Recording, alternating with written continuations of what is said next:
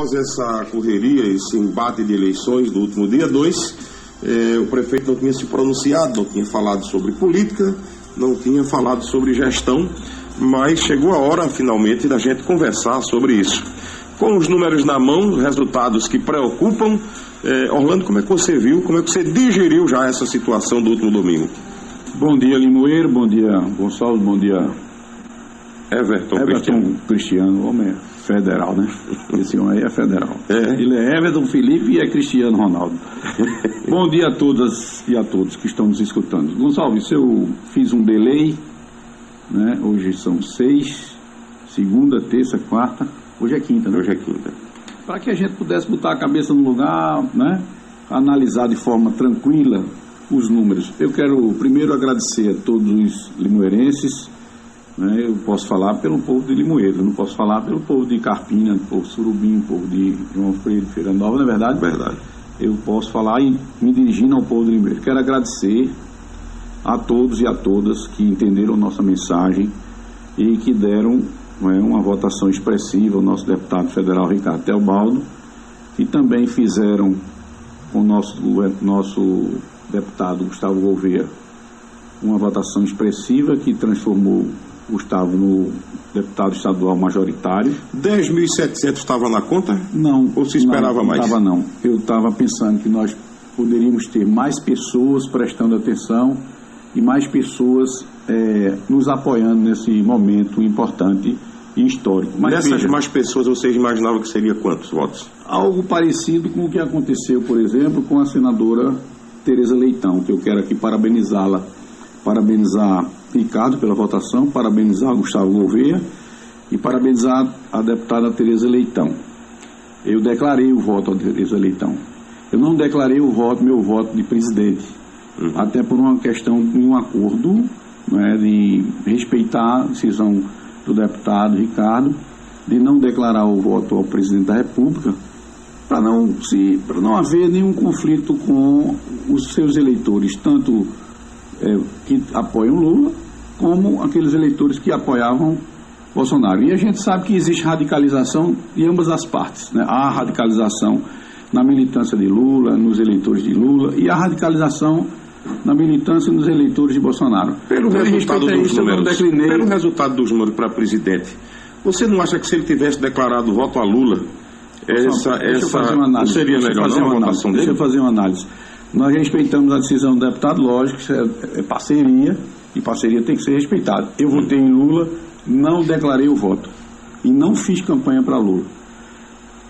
Declarei o voto para Tereza. Essa negociação, Tereza, se deu durante o mês de setembro todo, mas a agenda dela e a nossa agenda, eu estava aberto à agenda, mas ela, lógico, uma agenda estadual, não tinha que se adequar à minha agenda, né? Ou a agenda de Limoeiro, foi a agenda dela.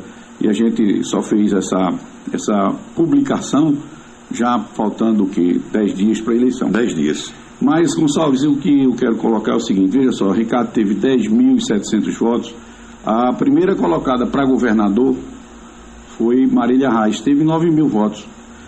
O segundo colocado foi Miguel Coelho, teve 7.400 votos, Raquel Lira teve 5.100 votos, quer dizer, veja que todas essas votações aqui foram diluídas. O André de Ferreira teve 4.700 votos, o Danilo Cabral teve 4.500 votos. Quando você soma os votos válidos, dá 100%, mas você vê que o número de pessoas que votaram para governador foi menor do que o número de pessoas que votou majoritariamente para presidente da República e para senador. Verdade. Por exemplo, nossa senadora Tereza Leitão teve 16.300 votos. 16.326 votos, quer dizer, era por aí que você esperava a votação de Ricardo. Dos votos válidos foram sufragados em nome de Tereza Leitão.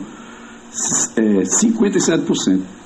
Para governador, o maior número foi 29,24%, né?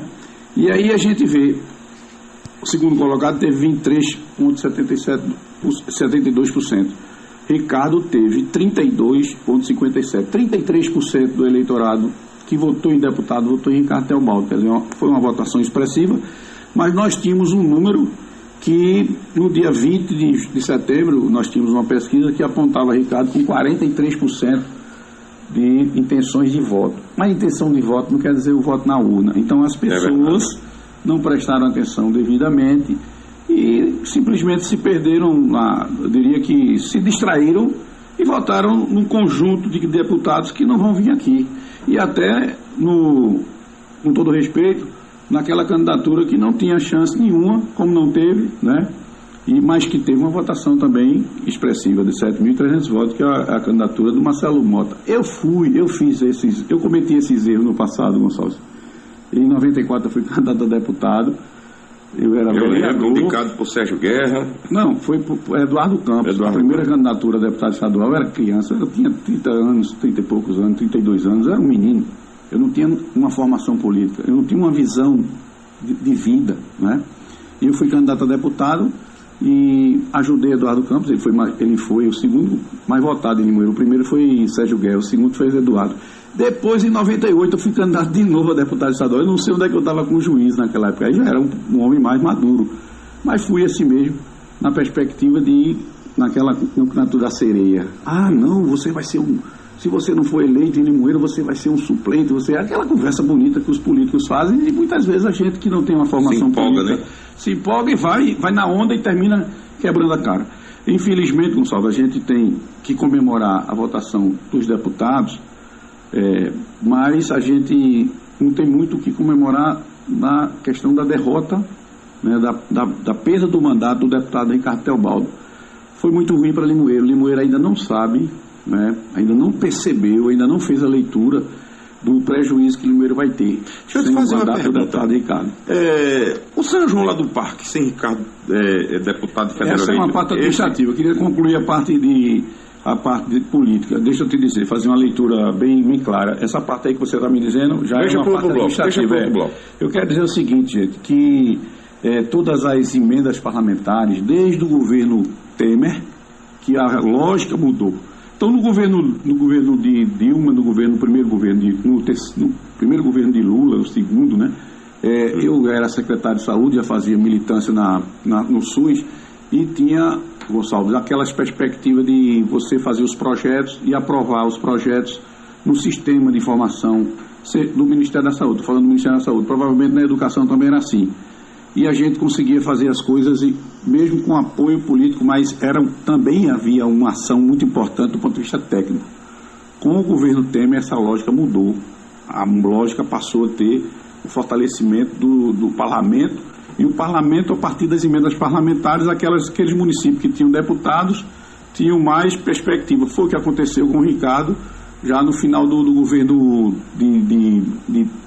antes do impeachment de Dilma Rousseff. Ricardo garantiu para Limoeiro um conjunto de obras que até hoje nós agora estamos realizando, né? Que foi no finalzinho, no apagar das luzes do ano 2015.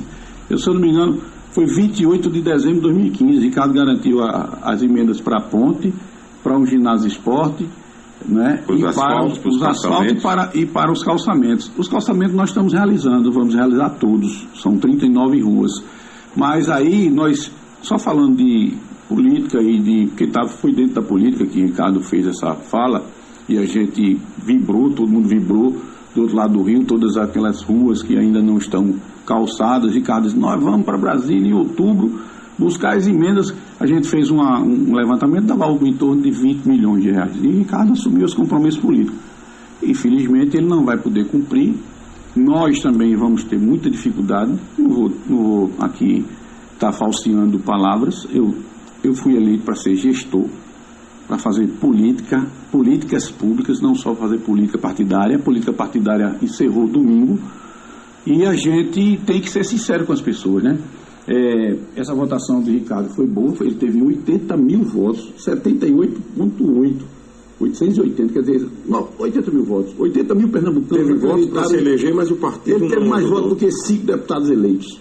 Ele teve mais votos do que 5 deputados eleitos. Então, o partido, eu diria que não conseguiu o coeficiente faltou um pouco mais de 3 mil votos. Não foi nem 3 mil, acho que talvez menos de 3 mil votos. Ele poderia ter ficado na sobra. O partido tinha alcançado o coeficiente na sobra. Você lembra da eleição municipal? O vereador Inácio Filho ficou na sobra. Lembro. Conseguiu se eleger com 380. E Paulo com quase 900 não entrou. Foi bem. essas situações acontecem na política e aqui para nós foram os próprios deputados que lá na Câmara criaram essa regra.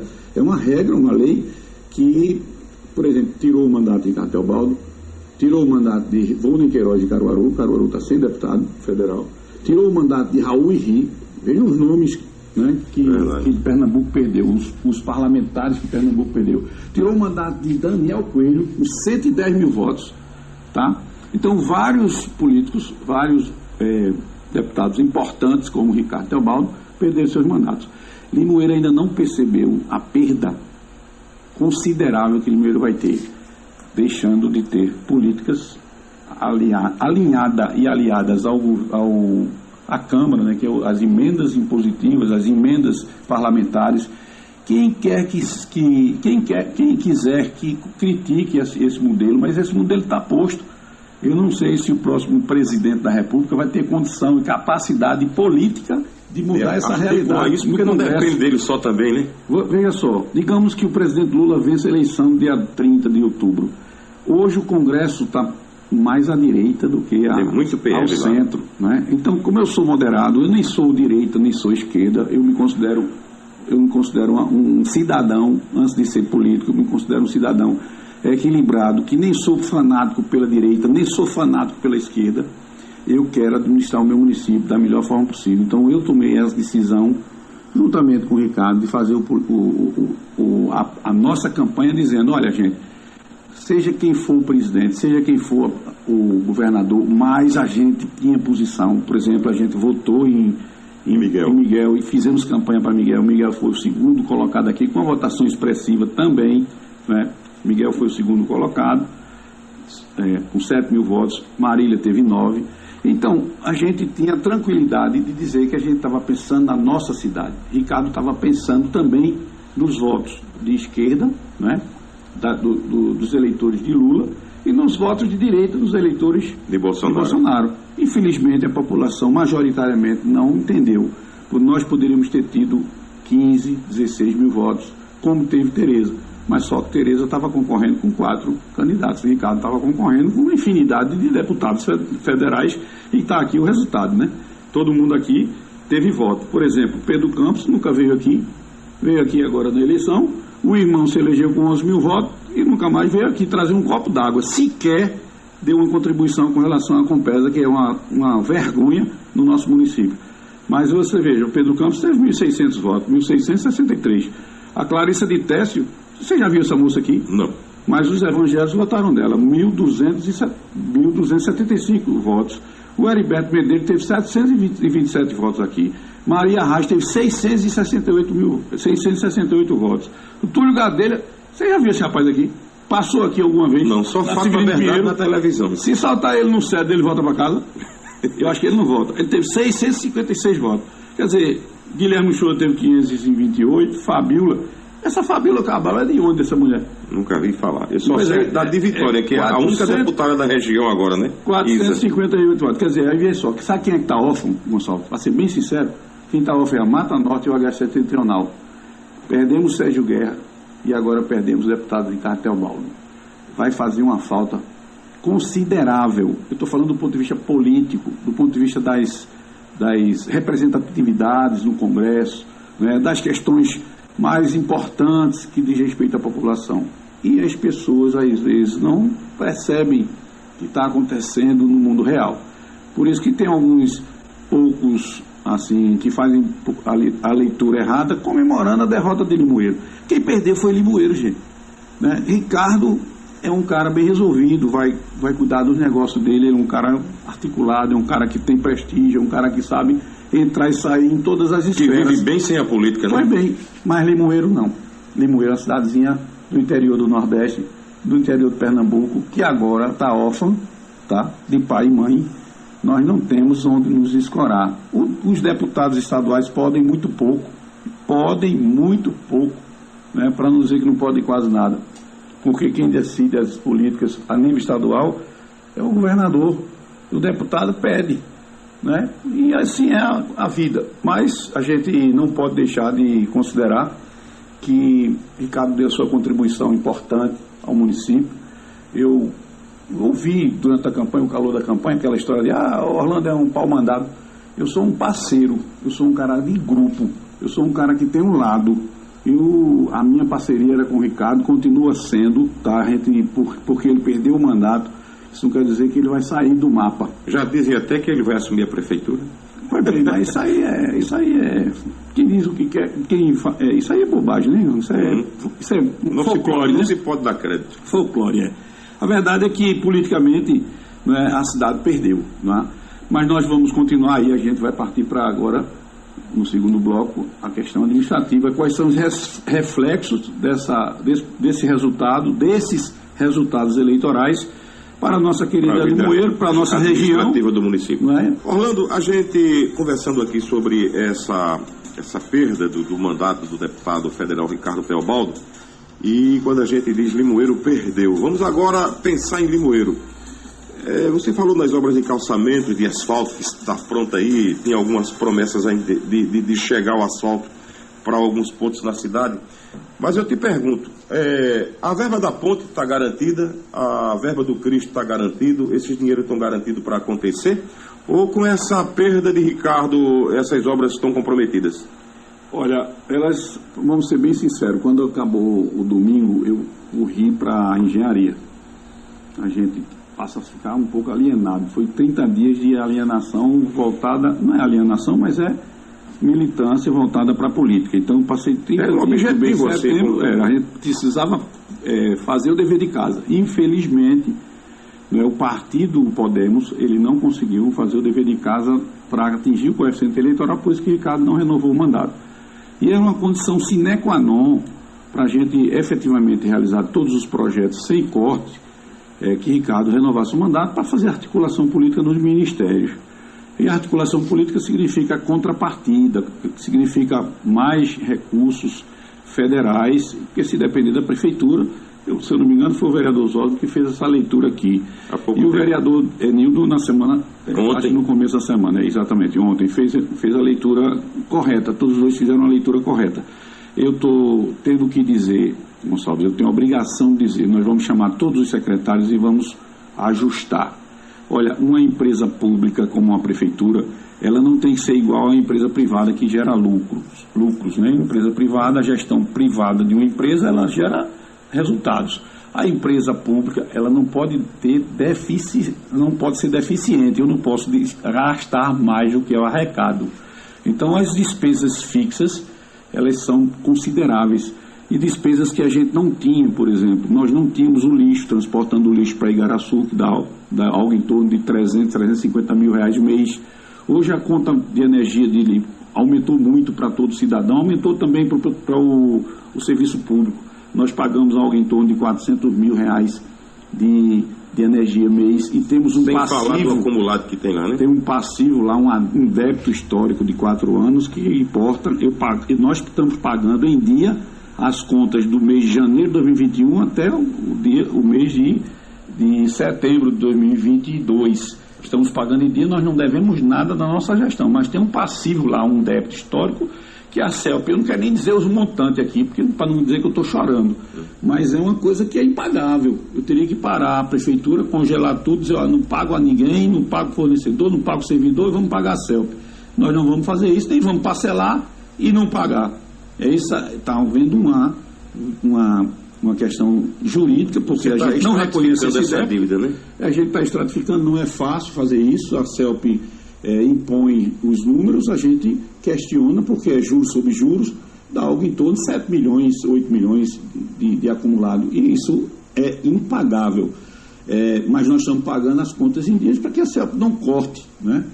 E nós vamos agora fazer um estudo administrativo com uma empresa que possa modernizar o parque, modificar a energia, o parque envelhecido, queimando com frequência. A gente vai tentar ver se a gente já faz uma potencialização da troca de lâmpadas antigas por lâmpadas LED, como a gente está fazendo agora na Severino Pinheiro, como nós fizemos na metade da Rua da Alegria, como nós fizemos no percurso inteiro da nossa Frei Estevão, da Rua Frei Estevão, como nós fizemos na entrada do trevo principal de Limoeiro até o ponto certo, estamos concluindo a troca das lâmpadas colocando LED, e isso barateia, isso diminui e melhora o tempo de vida daquela lâmpada. Menos energia também. Não, e você gasta menos porque ela queima menos, tá?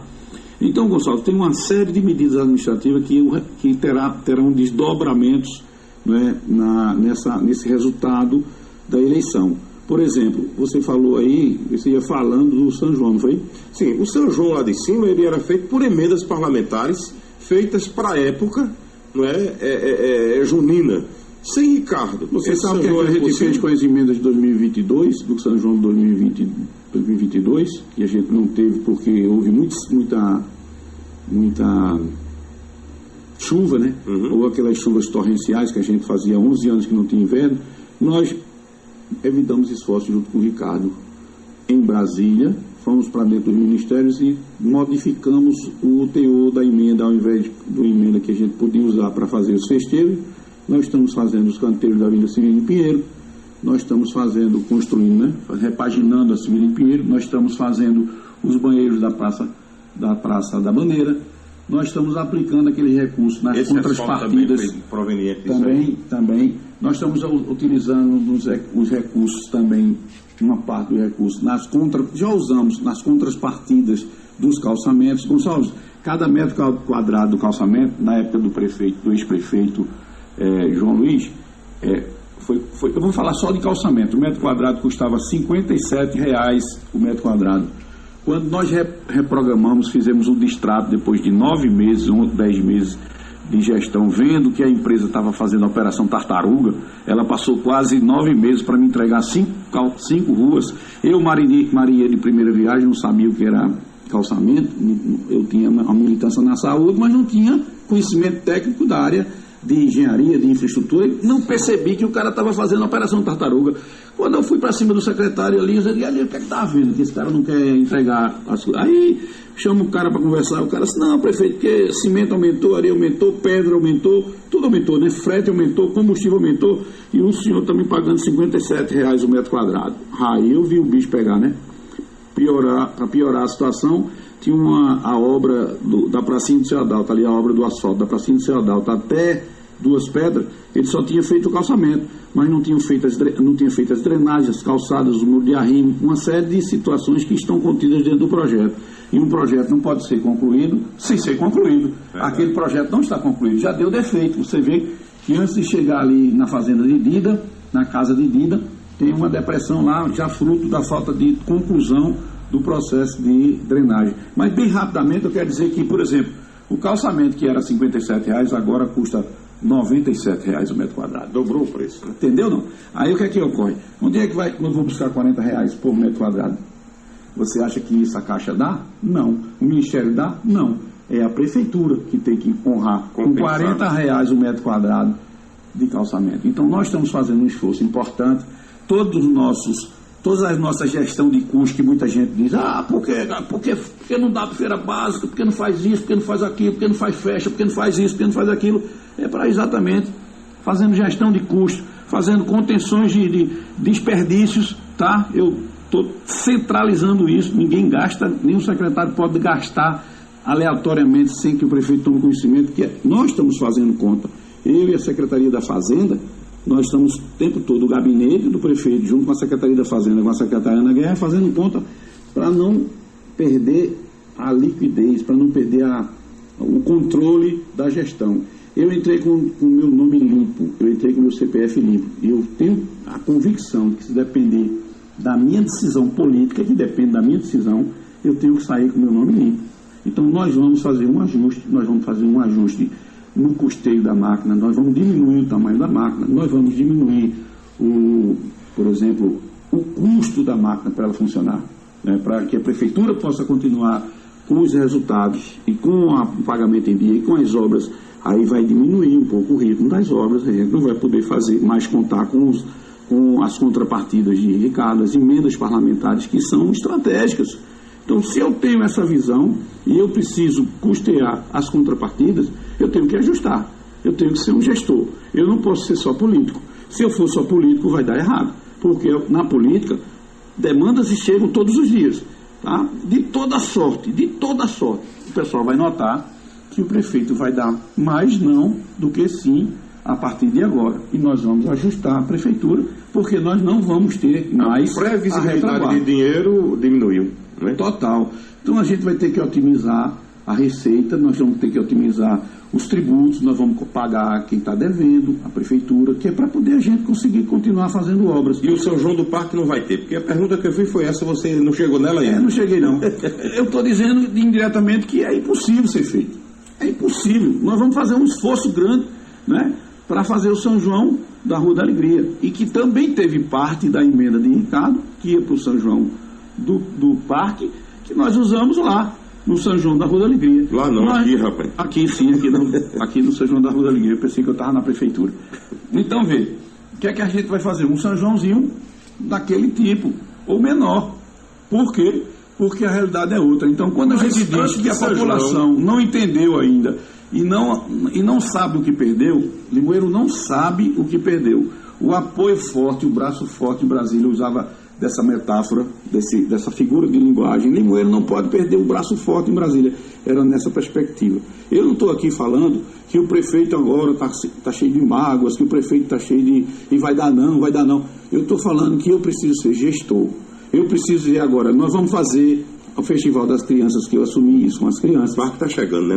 A gente já está com a parceria com o Parque Santo Antônio de novo, mas ela vai ser uma festa menor. Inclusive em dias, vai ser do dia 10 ao dia 28. O dia 28 vai ser das nossas meninas do PIN.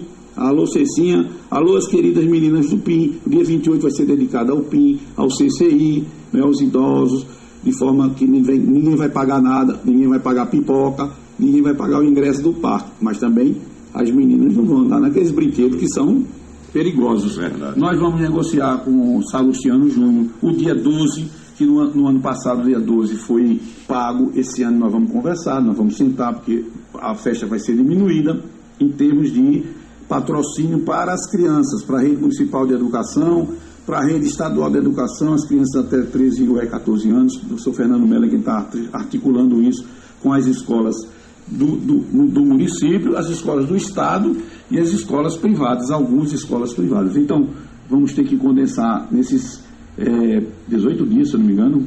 Agora tem os finais de semana que não conta, porque aí o parque tem que ganhar tem que ganhar e fazer seu... Nós vamos sentar com o Júnior essa semana e vamos alinhar todo esse processo. Mas as atrações, vai ser uma coisa mais simples. Vamos ter a feirinha cultural, de artesanato, nós vamos ter um violãozinho ao vivo. Nós não vamos fazer aquela festona que a gente pensou em fazer, por quê? Por questões de economia, é prático, isso é básico, isso é como a renda familiar.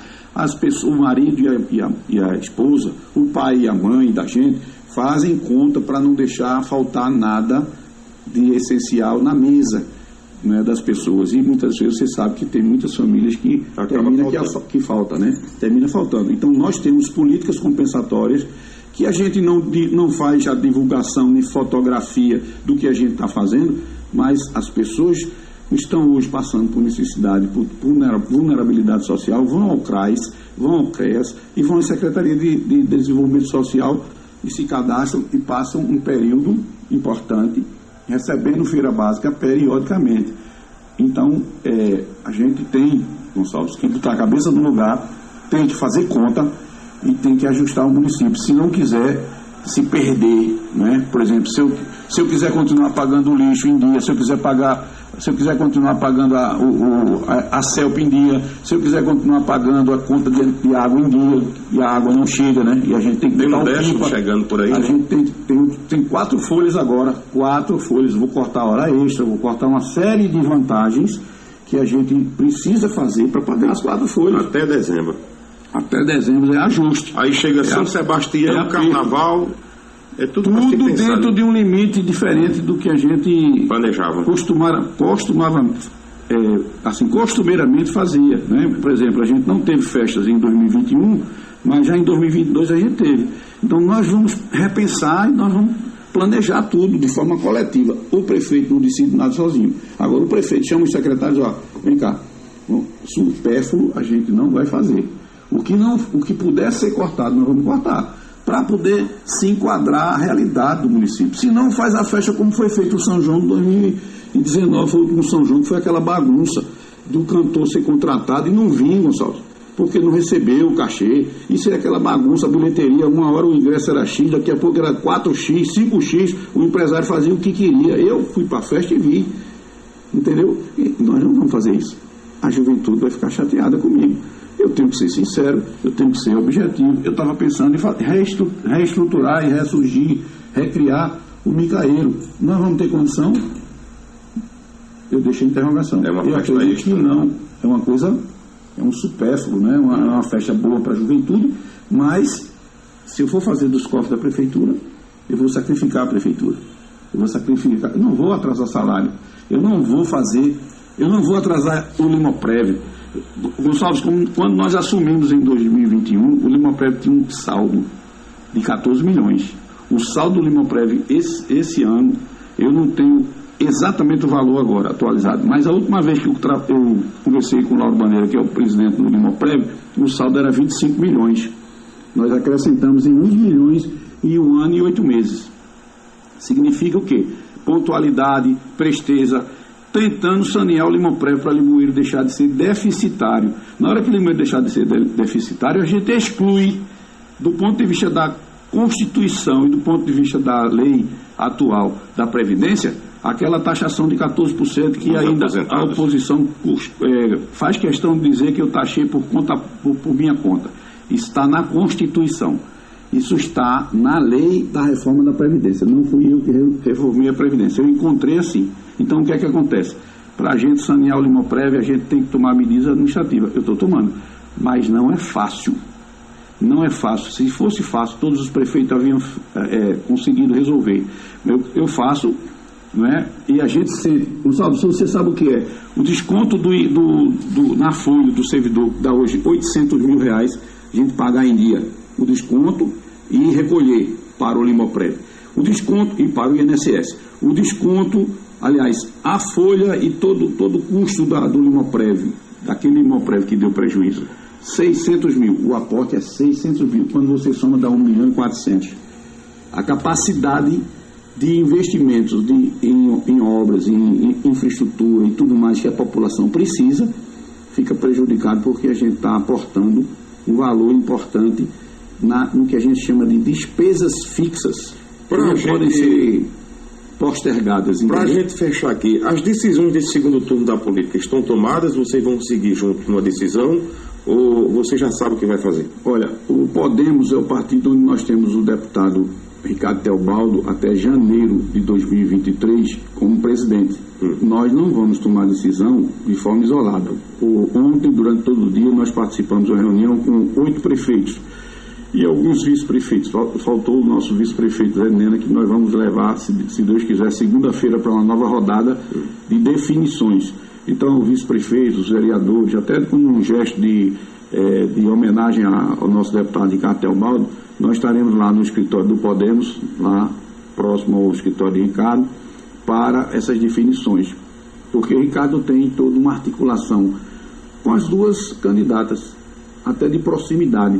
Veja como é diferente. Ele tem com Marília um afeto de amizade e com Raquel ele tem uma aproximação muito grande, mas precisamente pelo nosso líder Armando Monteiro, líder eu diria com envergadura nacional, líder empresarial, que já foi senador da República, foi deputado federal, Armando Monteiro, e o Zé Humberto, que acompanhou Raquel durante toda essa campanha aí do primeiro turno.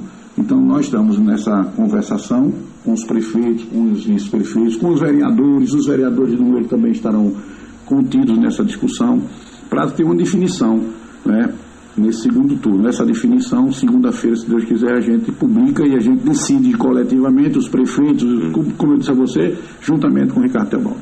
Ok, conversamos assim com o prefeito Orlando Jorge. Obrigado por disponibilizar desse tempo para conversar com a gente, com a população que aguardava exatamente seu pronunciamento sobre isso. Nos próximos dias, a gente aguarda aqui também a presença do deputado federal Ricardo Teobaldo.